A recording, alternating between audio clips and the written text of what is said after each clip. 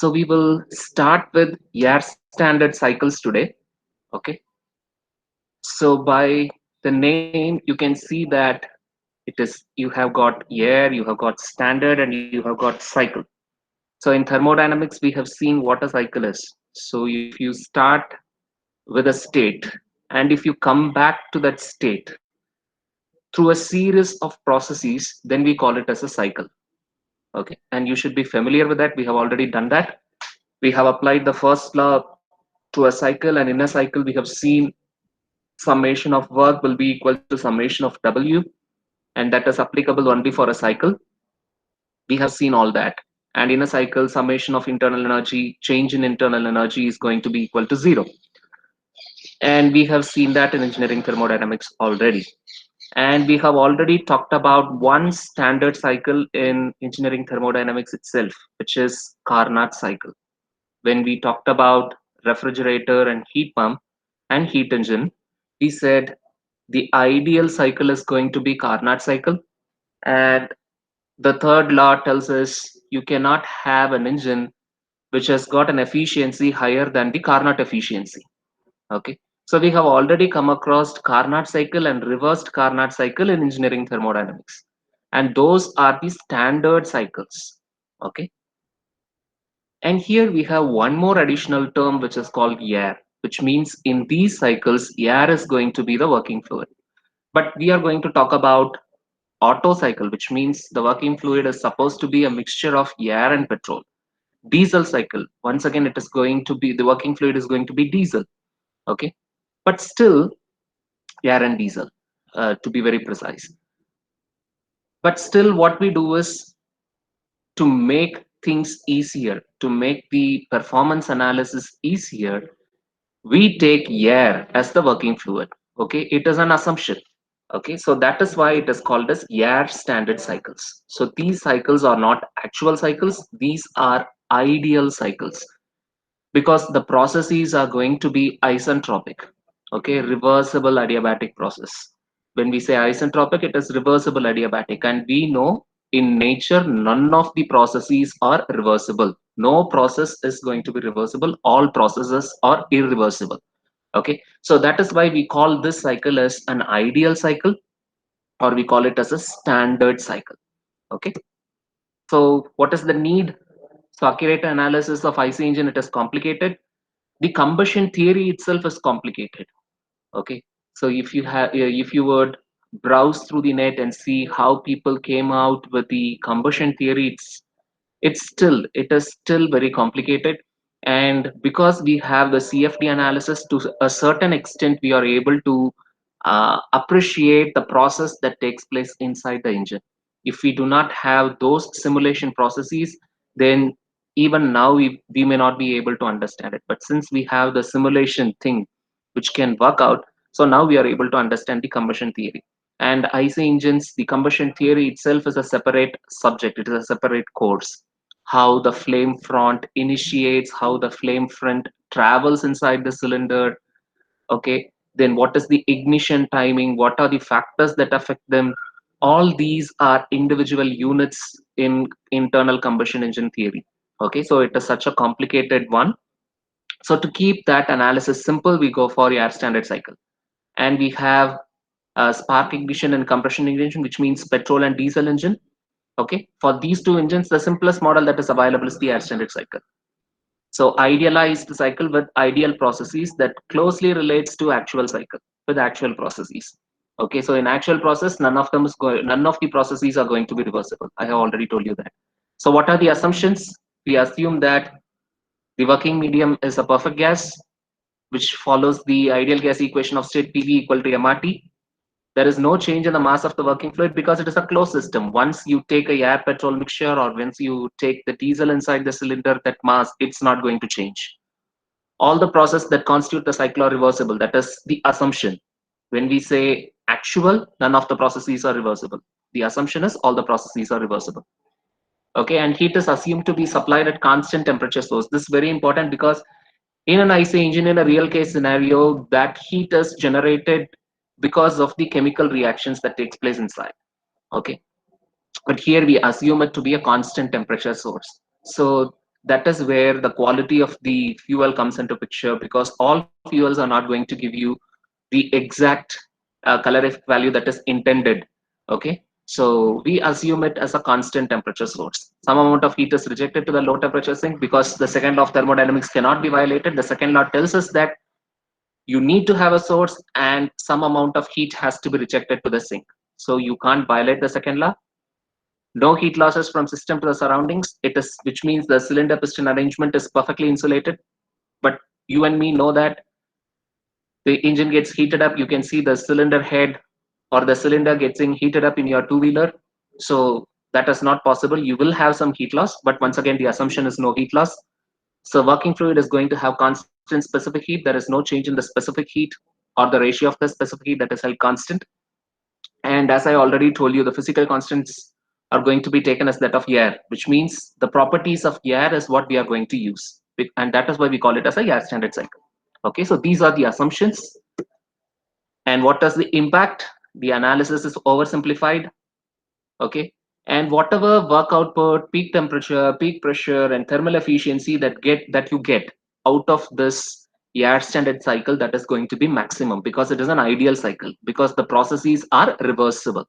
Okay, so you are going to have higher values for all these, which are indicators that the cycle is functioning fine. Okay, and used to get approximate answers to complex processes and IC engines. Okay, so that is why we go for air standard cycles. Okay, and this is the Otto cycle. So the this cycle picturizes the working of your petrol engine. Okay, so you have the PV diagram and the TS diagram. You can take a note of it. This picture should be just there in your mind forever. Okay, so you can't forget this. And the processes are very simple. You would have drawn the PV diagram, and if you remember the working principle of a petrol engine, you will have a suction. So that suction would start from here. Okay, and then you have compression, that is 1 2, which is indicated by the green line in the PV diagram. 2 3, what is this 2 3? So here you can see that they have given Q1, which means there is going to be heat addition. How do you have the heat addition in case of a petrol engine? Can anyone answer? How do you get heat addition? How do you have ignition in case of a petrol engine? How does the Spark, engine? Yes, spark, of Spark ignition. yes, very good. So it is going to be spark ignition, right? So you need a spark from the spark plug, right? And once you get spark from the spark plug, then you will be able to get the ignition process started. Okay, so this 2 3 is where you get spark from the spark plug and your combustion process has started. Okay, so the combustion is going on, which means there is going to be heat addition. The temperature is rising up. Okay, so this is the combustion process or the heat addition process 2 3, which is represented by the blue line over here. Okay, and this takes place at constant volume. You can see V2 is equal to V3. Why? I'm not adding anything new. It is just a spark, and that spark is not going to occupy much space or much volume. It is very much negligible. Okay, and it is just a spark. It is not a working fluid.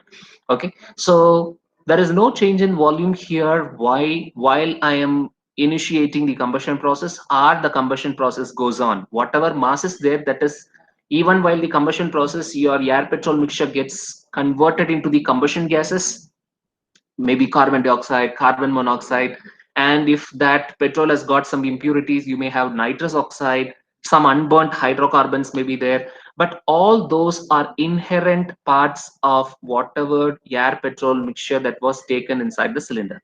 Nothing is new. Whatever is available, that is getting converted into something else. So the mass remains constant, volume remains constant. So that happens in case of your combustion process.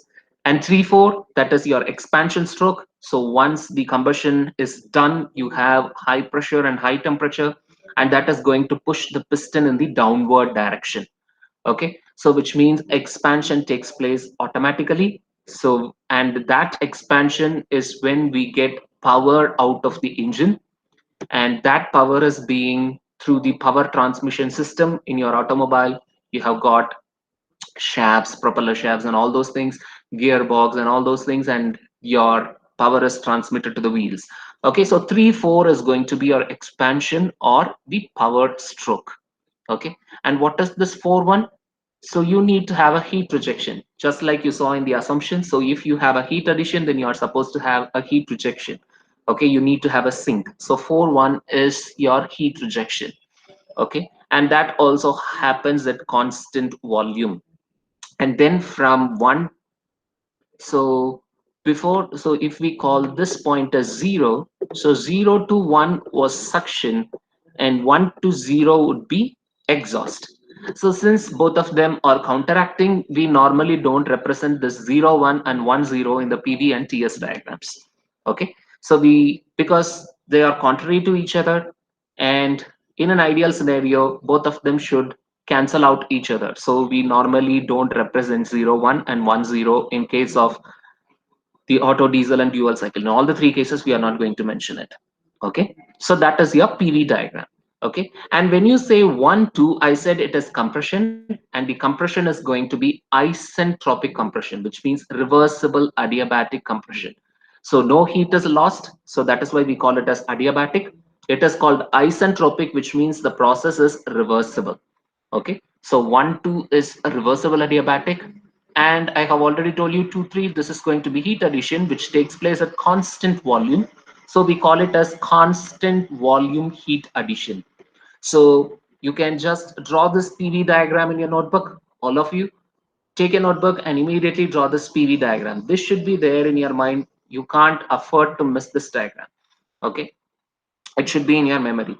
You have to again and again draw this and make sure that it enters into your mind.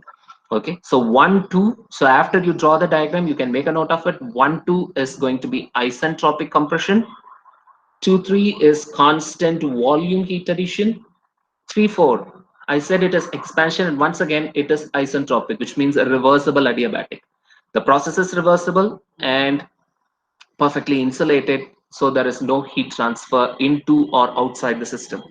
So that is isentropic expansion. 3 4 is isentropic expansion, and 4 1 is once again constant volume heat rejection.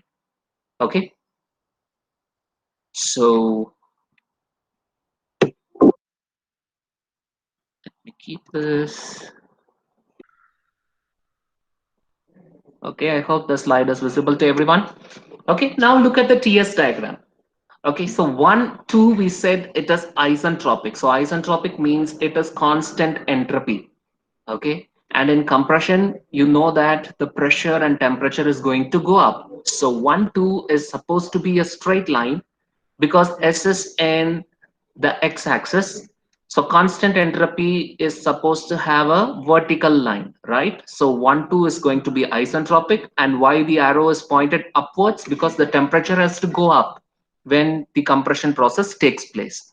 Okay, so 1 2 is in the upward direction, right?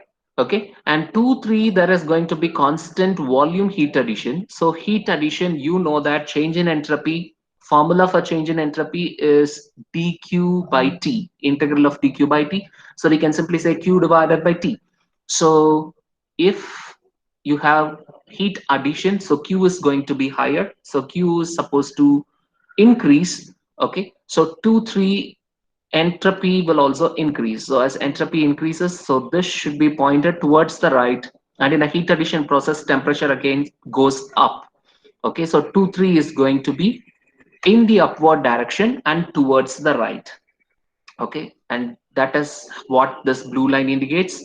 3 4 is going to be once again isentropic expansion. So in expansion process the temperature drops down, the pressure drops down, and once again it is a constant entropy process, so it is supposed to be a vertical line pointing in the downward direction. So 3 4 is pointing downward, and it is a constant entropy, and it is a heat rejection process. So temperature has, sorry, it's not heat rejection, it is work output. Sorry, it's not heat rejection, it is work output. So during the work output, during the expansion process, your pressure is dropping, so which means the temperature would also drop a little bit. Okay, so 3 4 is going to be your isentropic expansion, and 4 1 is heat rejection, constant volume heat rejection. So when heat is rejected, your entropy also reduces and your temperature also drops down. And this is one another important thing that you should remember. So in a cycle, when you have a cycle and when you have a number of processes, minimum three processes, four processes, five or six processes, when you have a cycle, okay, in a cycle you can have the change in entropy to drop for one or two processes. Okay, your entropy can be negative for a couple of processes in the cycle, but the net entropy change should be always greater than or equal to zero. So that is something you should always keep in mind. So that is what we have studied in engineering thermodynamics as increase in entropy principle. Okay, so your entropy should always increase. Okay, so that is something you should always keep in mind. For a cycle, the net entropy change should be positive, or to the maximum it should be equal to zero, which means it is an isentropic process. There is no change in entropy. It should be either no change in entropy or it should be an increase in entropy for a cycle. But local processes can be negative. Okay, so in this case 2 3 is going to be positive and 1 4 is going to be negative. But if you take the net, this 2 3, a change in entropy for 2 3 will be greater than change in entropy for 4 1, and the net entropy change for this cycle should be greater than zero.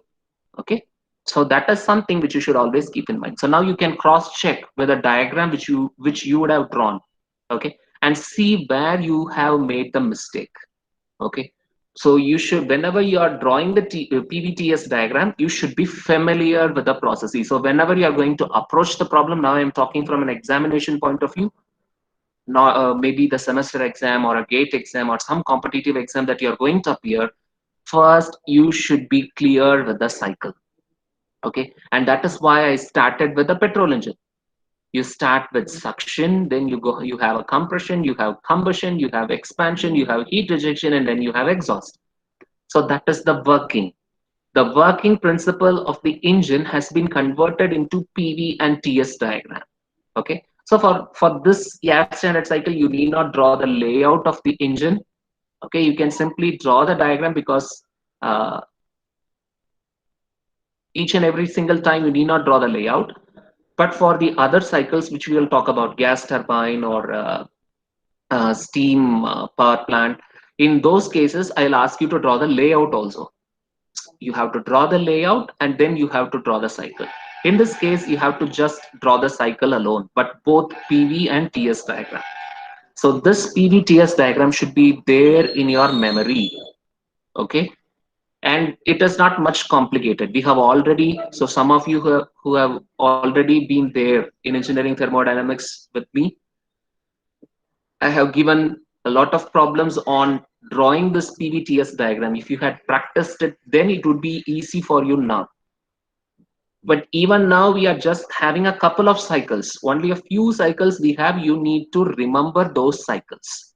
Okay. So now you have to remember PVTS diagram. So whenever a question is asked, after writing the given details, immediately you have to draw the PVTS diagram, whether it is asked or not. PVTS diagram is mandatory while you solve the problems, and for the final semester evaluation 2 or 3 marks will be allocated for drawing the PVTS diagram alone. Okay, so that is how the key will be prepared. So whenever you are solving a problem, that cycle should be there. So if you know the cycle, then the evaluator will understand, okay, this guy knows the cycle. Even if the answer is wrong, okay, so there is some error in the solving procedure, but the concept is familiar to this guy. That is what the evaluator will think in his mind.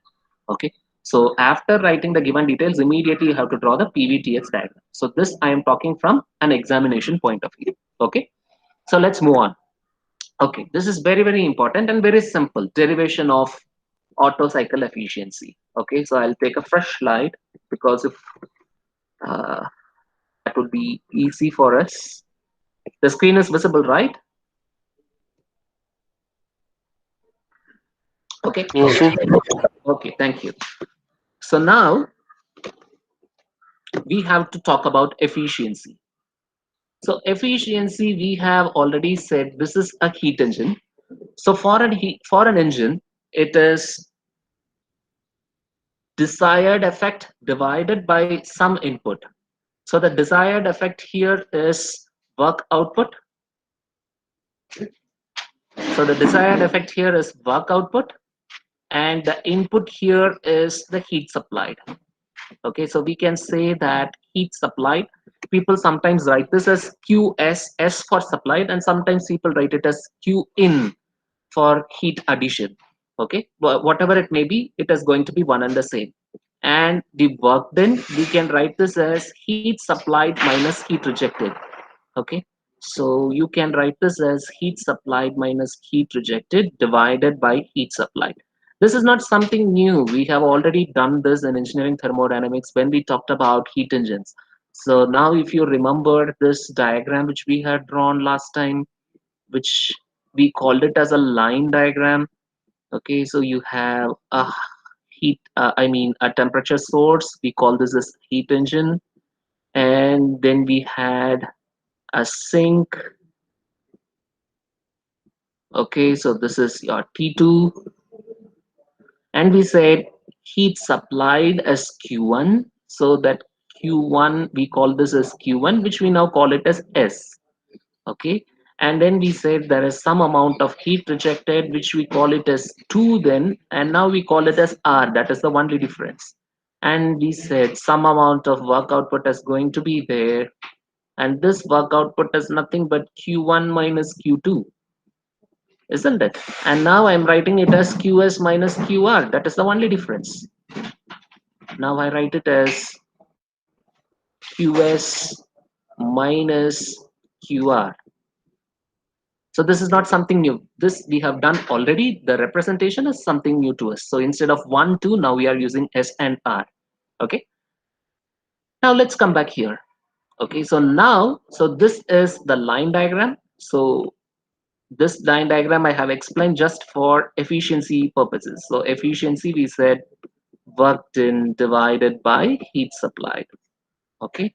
So this is for the definition of efficiency. Okay.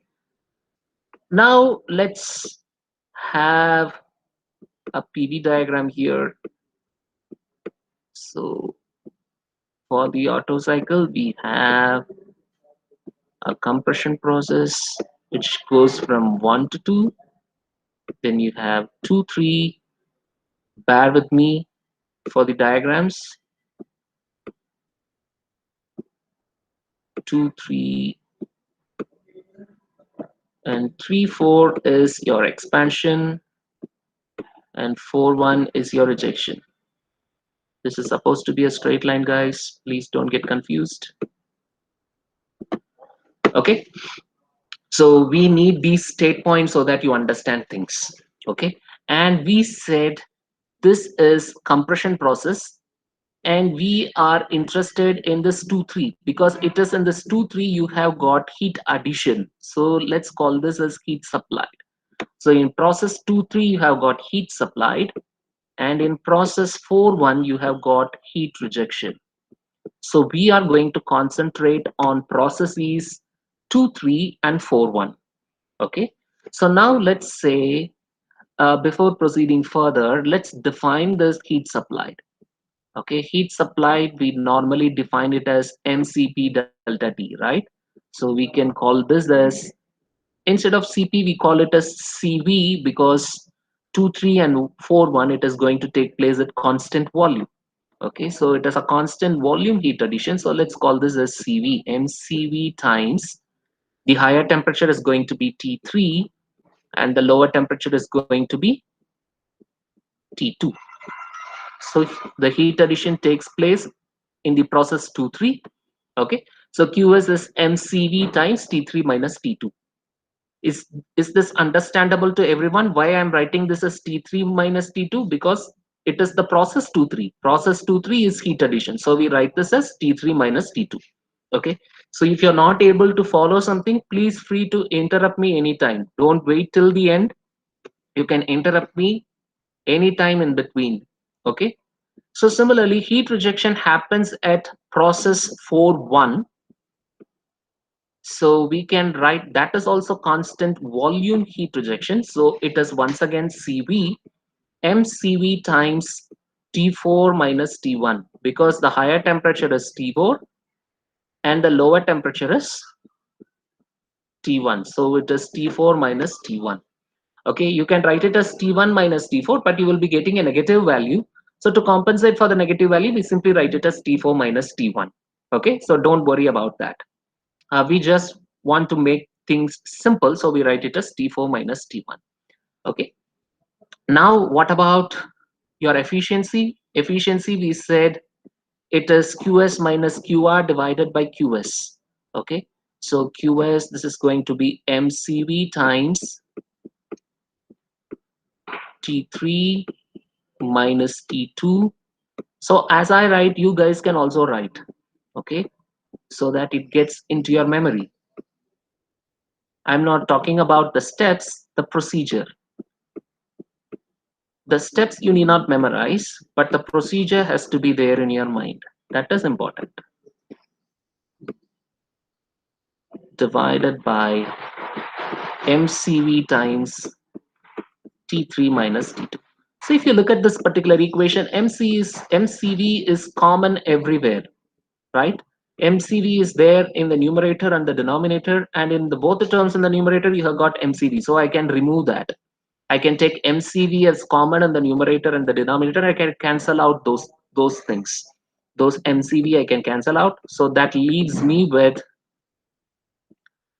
T3 minus T2. So this is my first term minus T4 minus T1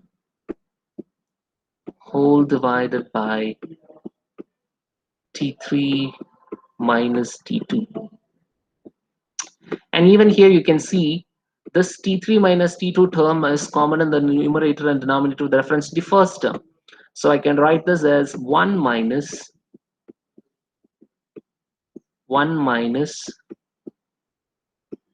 T4 minus T1 divided by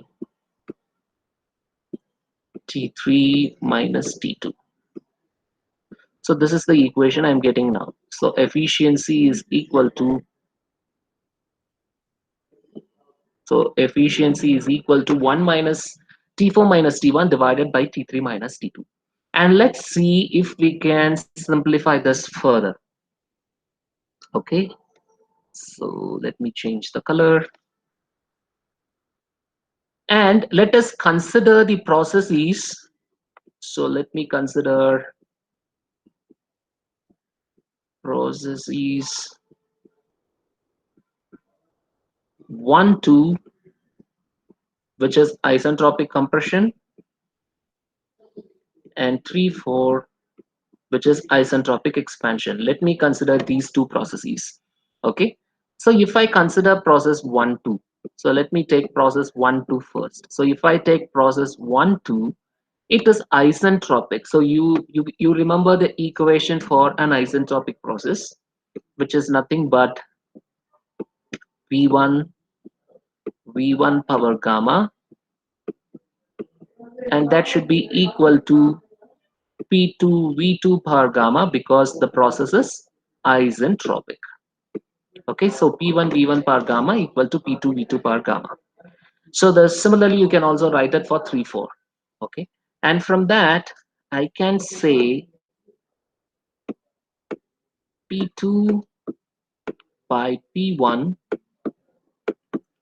So P2 by P1 is equal to V1 by V2. So if you look at the PV diagram, V1 is here. So this is going to be your V1. And if you look at here, if you project it onto the V plane, we get this as V2. So by looking at the PV diagram, it is very obvious, very clear, V1 is greater than V2. Okay, so initial volume divided by final volume for that particular process. When I say final volume for the process 1, 2. Okay, or we can say volume before compression divided by volume after compression, and that is denoted by R. This R is called as compression ratio. Okay, so this is called as compression ratio. So I am just using my hands on the touchpad.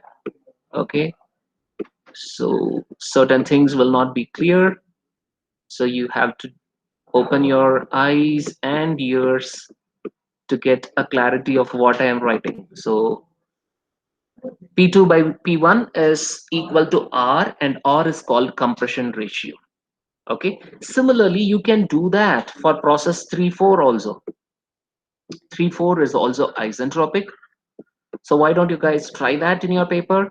3-4, so P3 V3 per gamma equal to P4 V4 per gamma.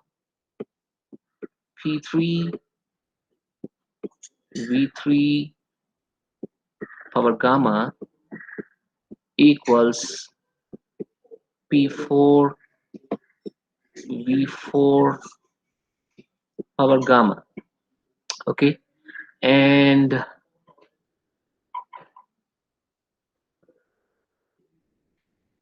we need P4 by V3, so we will say this as P3 by P4.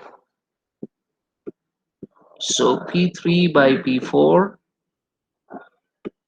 is going to be V4 by V3. So have you guys arrived at that? I made a mistake which nobody pointed. You have a gamma here, right? We forgot this gamma. This is supposed to be V1 by V2 whole to the power gamma. We forgot this gamma. Gamma doesn't cancel out. So this is supposed to be R power gamma. Okay, so P2 by P1 is equal to R power gamma. So P3 by P4, when I write for process 3-4, we have V4 by V3 whole to the power gamma. And now observe the PV diagram. Your P4 is equal to V1. Your V3 is equal to V2. So I can once again replace my V4 by V1 because V4 is equal to V1, and I can replace V3 by V2 because V3 is equal to V2. So this can also be written as V1 by V2 whole power gamma. And just now we defined compression ratio as V1 by V2. So I should write the definition for this compression ratio separately, because what we have here is V1 by V2 power gamma. So compression ratio is V1 by V2, which is equal to R. It's the compression ratio is simply R. Okay, so here also we get R power gamma. Up to this clear, guys? Very simple up till now. Okay, so let me take one more slide here. Okay, so don't forget the basic equation. What was the basic equation? So our efficiency was 1 minus T4 minus T1 divided by T3 minus T2. We are just trying to solve this out. Okay, so now that we have defined the compression ratio, now we should find some mechanism to solve this problem. Question paper open ஆயிடுச்சு. நீங்க exam எழுத ஆரம்பிக்கலாம். Sound mute பண்ணிக்கோங்க. Video So on you can take this T4 out. எல்லாரும் video on பண்ணுங்க. 1 minus Video on T1 இருக்கட்டும். by Question T4, paper open ஆயிடுச்சு. and I can take this T3, Okay, okay. which is 1 minus எழுத ஆரம்பிச்சுங்க. T2 by Video T3. on ஆயிடுச்சுங்க. அதெல்லாம் பாத்துக்கிறேன். So this is what we have, And now we need to find a mechanism for this T1 by T4. Okay, so what is that T1 by T4? So if we go back to the previous slide, what we have is constant volume heat addition, right? So this 1, 2 is isentropic. Now what we require is in terms of temperature. Okay, so if I require something in terms of temperature, what we have seen previously was, I think in the previous slide, what we had was P2 by P1 is equal to R power gamma, right? So what we had was P2 by P1 is equal to R power gamma. This is what we have. So now what I require is in terms of temperature. Okay, so what is T2 by T1? Okay, so you need not memorize this, you can simply derive this. Okay, so how do we derive that? We have already seen. So this P2 by P1, when I say R power gamma, actually I mean this is V1 by V2 to the power gamma. 11:30 முடியாது நீங்க 12 குள்ள upload பண்ணணும். V1 by V2 whole to the power gamma. Okay, and we know that because our first assumption was we can treat it as ideal gas, we can write this as P1 V1 by T1 equal to P2 V2 by T2. And from this equation, I can get an equation for T2 by T1. And T2 by T1 is P2 V2 divided by P1 V1. And what is this P2 by P1? You can call this as V1 by V2 whole power gamma multiplied by V2 by V1. Okay, so with the reference to this V1 in the numerator, the power is gamma, and you have a V1 in the denominator. So if I couple this, it will be V1 to the power gamma minus 1. And with reference to this V2 in the denominator, V2 power is gamma, and this V2 is in the numerator. So if it has to be brought down, it will be to the power gamma minus 1. So that is nothing but V1 by V2 whole to the power gamma minus 1. Okay, or I can say R to the power gamma minus 1. Okay, so this is what I'll get. And now if I check the process 3-4 also, so if you check process 3-4, okay, V4 by V3 whole to the power gamma minus 1. So I would ask you to find this. So just like I did here, P3 V3 to the power gamma equal to P4 V4 power gamma, you will get an equation here which says P3 by P4 is equal to V3 by V4 by V3 whole to the power gamma.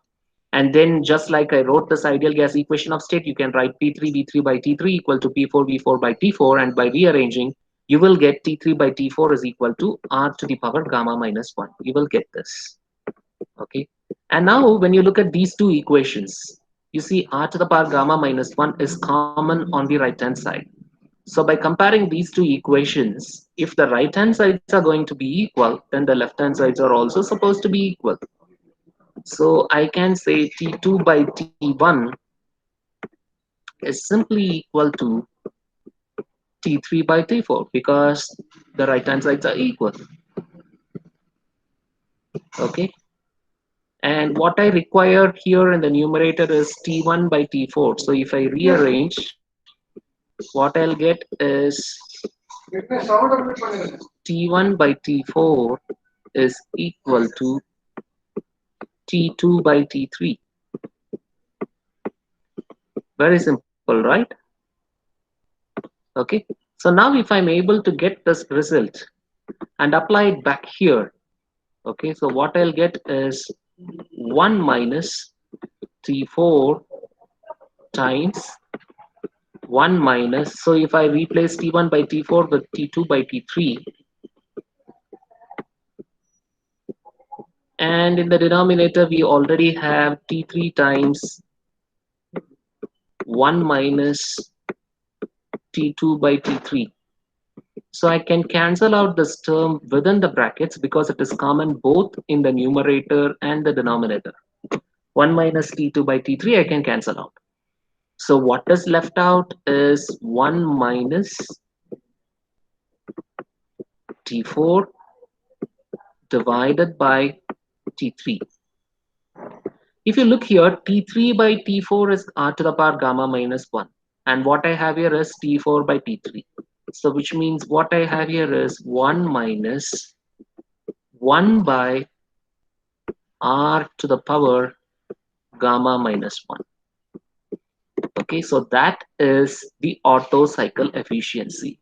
So efficiency Otto is equal to 1 minus 1 by r to the power gamma minus 1. So this is the efficiency of an Otto cycle. Very interesting. See, now your Otto cycle efficiency is dependent on the compression ratio and the specific heat ratio alone. And if you take an air standard cycle, we said the specific heat is going to be held constant. That is the assumption, which means your specific heat ratio is also going to be constant. So only thing that varies is the compression ratio. Okay, so your Otto efficiency depends on the compression ratio. Okay, so by varying the compression ratio, you can vary the Otto cycle efficiency, or by changing the specific heat ratio also you can change the Otto cycle efficiency. So your Otto cycle efficiency depends only on the compression ratio and the specific heat ratio. Okay, so this is how we derive the Otto cycle efficiency. Any doubts or clarifications you can ask me, or else we can move on. Whatever we have done here, that is what is being written here. Okay, so whatever we have done, so here I have written it directly, T2 by T1 equal to V1 by V2 whole to the power gamma minus 1. We came here by writing P1 V1 power gamma equal to P2 V2 power gamma. And then we said we define compression ratio and we came back to this particular equation. Okay, here it is written directly. That is the only change. So it is 1 minus 1 by r to the power gamma minus 1. Okay. And the next one is work output. The diagram we said 1, 2 is our compression, 2, 3 is our heat addition, 3, 4 is our expansion, and 4, 1 is our heat rejection. Okay, we said this is 1, 2, 3, and 4. When we talked about the efficiency, we concentrated much on processes 2, 3, and 4, 1. Because the efficiency, we said it is heat supplied minus heat rejected divided by heat supplied. So we were concentrating on 2, 3, and 4, 1. So we said 2, 3, here it was heat in, and here it is heat rejection. So QS and QR. And what about here? 1, 2 is where I give work input. Either we call it as WC for work of compression, or people call it as WIN, work input. And 3, 4 is work output. Okay, or we can call it as WE, work of expansion. So this is work input and this is going to be work output.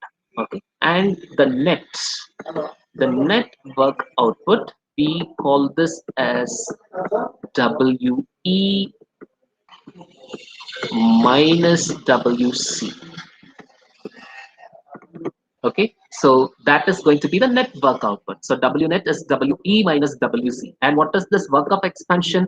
Remember process 3-4. Process 3-4 is isentropic expansion. And if you remember the PDD work for an isentropic process that we did in engineering thermodynamics, we used to write this as P4 V4 minus P3 V3 divided by 1 minus gamma. Okay, or 1 minus gamma. So let us write it the other way around.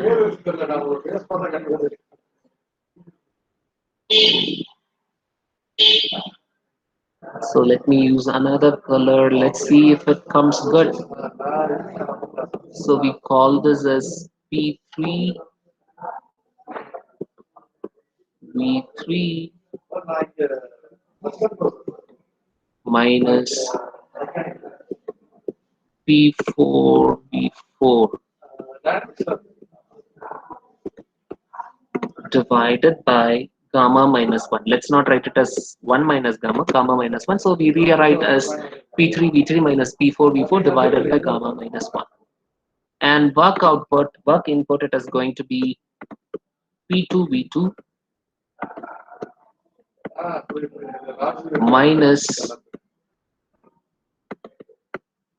P1 V1 divided by gamma minus 1. Okay. So now what we will do is we can take this P1 V1 outside, and this gamma minus 1 is common for both the terms.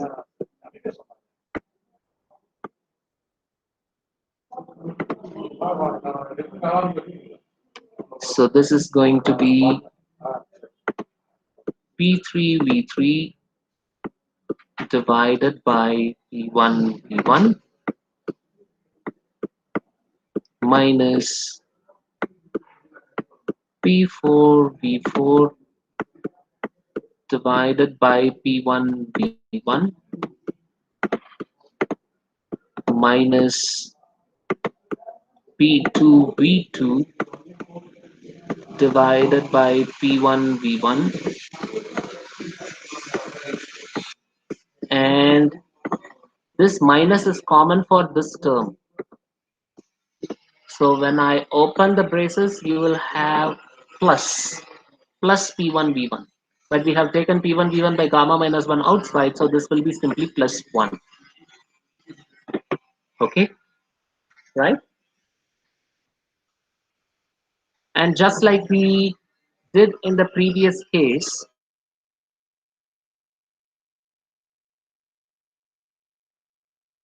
okay, okay, fine. So just like we did in the previous case, so here P1 V1 power gamma is equal to P2 V2 power gamma. Okay, so I can write P2 by P1. So just now we did that. So I hope you guys still remember that. So I'm just straight away writing this as P2 by P1 equal to V1 by V2 power gamma. And V1 by V2 is volume before compression divided by volume after compression, which is R to the power gamma. Okay, we just did it in the previous slide. Okay, and similarly you can also write P3 by P4 is equal to R to the power gamma. Okay, so I'll write that also. So P3 by P4 is also equal to R to the power gamma. And one more thing which I want to introduce here is about the pressure terms. See, this heat addition is taking place at constant volume, but there is a rise in pressure. So there is a change in the pressure level. Okay, and so we call this as P3 by P2. This ratio is called as pressure ratio, and R suffix P. If it is simply R, it is going to be compression ratio. If it is R suffix P, then we call it as pressure ratio. Okay, we call this as pressure ratio. Okay, so that is your P3 by P2. Similarly, you also have this P4 and P1. Okay, so the pressure ratio P3 by P2 is also equal to P4 by P1. Okay, so apart from the compression ratio definition, we also have the pressure ratio definition. So unless or otherwise, they specifically say that the pressure ratio is different for heat addition and heat rejection, we take the pressure ratio to be the same for both the heat addition and heat rejection processes. Okay, so that is your pressure ratio. Yeah. Oh, So we have P1 V1 by gamma minus 1, P1 V1 by gamma minus 1, and we can retain this P3, okay, and we can, it's not there, so let's write it here. So P3 by P4 is equal to V4 by V3 to the power gamma. என்ன total சொல்றீங்க? அதாவது exam அலர்ட்ல அது ஒண்ணு என்னோட 23 ஒரு 12:35 தான்.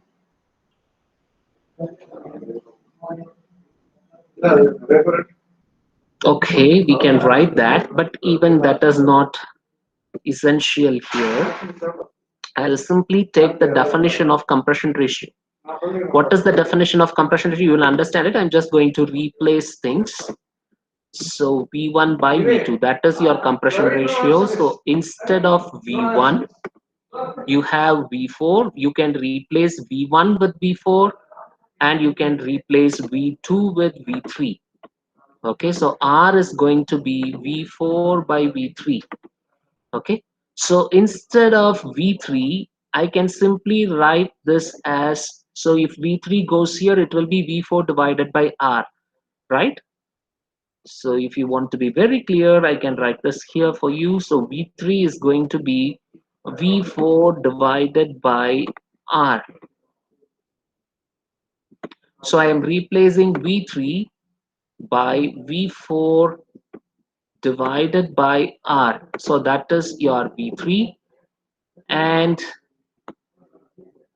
this V1 we can keep it same, and we will replace this P1. So if you take this equation, Rp is equal to uh, P4 by P1. Okay, so you can replace this with, or you can replace here P2 by P1 equal to R to the power gamma. So P1 is equal to P2 by R power gamma. So this is P2 divided by R power gamma. Okay, so I replace P1 by P2 by R to the power gamma times V1. Okay, and P4 by P1 is going to be Rp. So this P4 by P1 is going to be Rp. And if you look at the PV diagram, this V4 is equal to V1. So V4 is equal to V1. You can cancel out this V4 and V1. So that leaves you with 1. And P2 by P1 is going to be R to the power gamma. And V1 is equal to, is V1 equal to V2? No, V2 by V1 is going to be 1 by R. V2 by V1 is going to be 1 by R plus 1. Okay, so we have P1 V1 outside, divided by gamma minus 1. And what we have here is, so if we rearrange the terms, what you will have here is P3 by P2. So here you have got r to the power gamma, and here you have got r in the denominator, and you have got V4 divided by V1.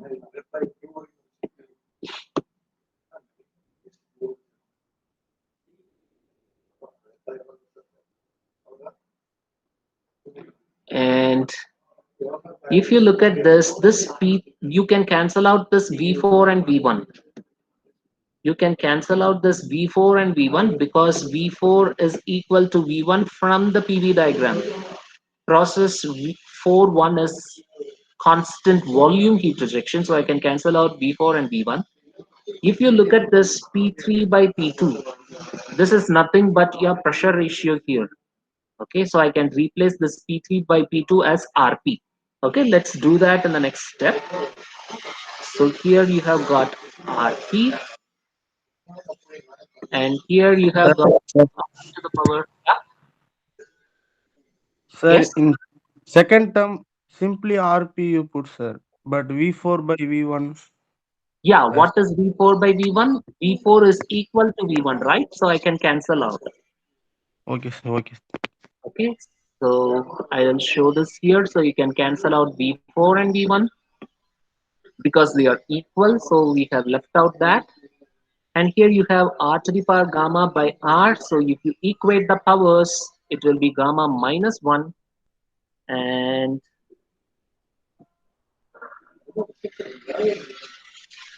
plus 1.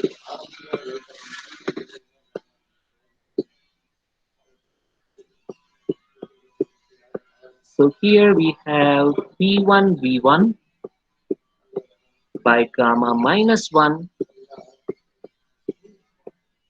P3 by P2 is RP, and I want your focus here. Here also you have got R gamma, R to the power gamma by R. So we can write this also as R to the power gamma minus 1.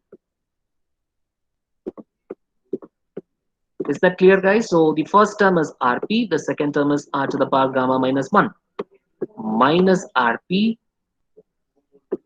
minus R to the power gamma minus 1 plus 1. Okay, up to this clear, guys? It's going to be simple now. You need to take r to the power gamma minus 1 as common inside the bracket. So you will get rp minus 1, and you will simply have p1 v1 by gamma minus 1 into rp minus 1 into r to the power gamma minus 1. So let me do that in the next slide. So shall I move on? Do you need some time to copy, or shall I move on? So I'll take that as an S. So W net.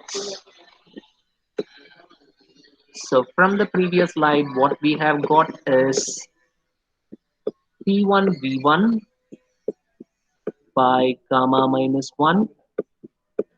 And the first term was RP, and the second term was, RP times R gamma minus 1 minus RP. Then we had minus R gamma minus 1 plus 1. So these are the terms that we have in the numerator. Okay, so we will have P1 V1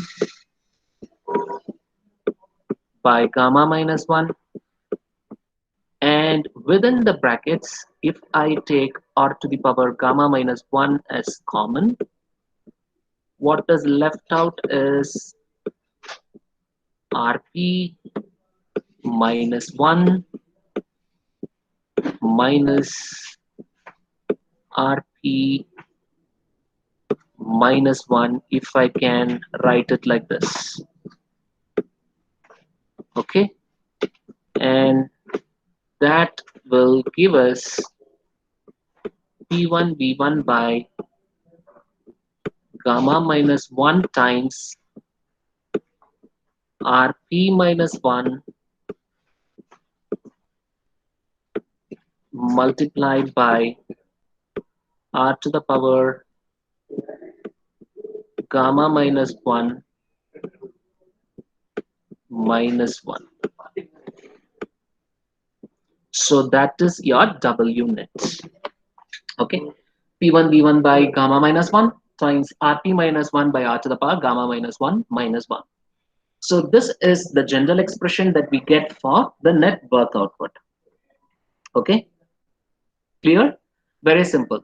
The only thing is we are doing a little bit of alterations there to arrive at this particular result. So if we go to the slide, the same thing would have been done here also. Okay. So then what we have is the mean effective pressure. So by definition, this mean effective pressure is the ratio of your work output to the swept volume. What is the swept volume? See, the total volume of the cylinder and the total volume of the cylinder, some volume is occupied by the piston itself. So if you subtract that, okay, what you have is the swept volume. So people call it a swept volume. The term swept, it comes from sweep. Okay, so sweep, swept. So sweeping, so the piston is sliding across the cylinder, so it is sweeping the cylinder. So people call that as swept volume.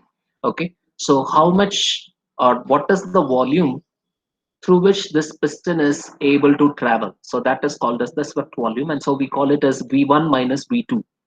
Okay, so this V1 minus V2 is your swept volume.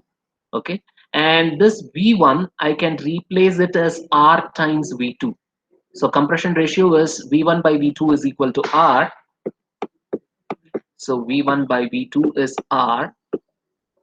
So I can replace my V1 with R times V2. So that is what is done here. And when V2 is common, we can write it as V2 times R minus 1. Very simple, right?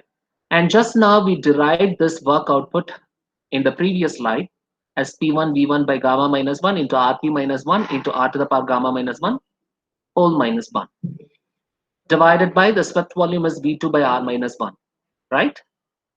Okay, and so this V1 here,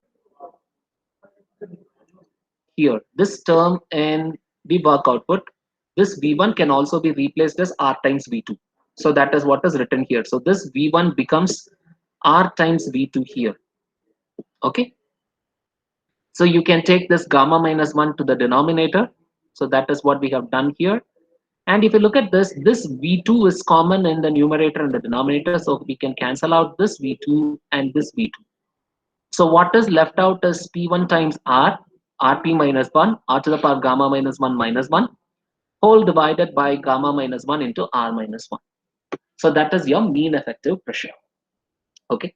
So if you are able to estimate the work output value correctly, you will be able to get the mean effective pressure directly.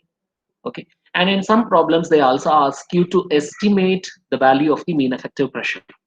Okay, and sometimes they ask that for 2-mark questions also. So in such case you are expected to remember this formula: P1 times R times Rp minus 1 into R to the power gamma minus 1 divided by gamma minus 1 and R minus 1.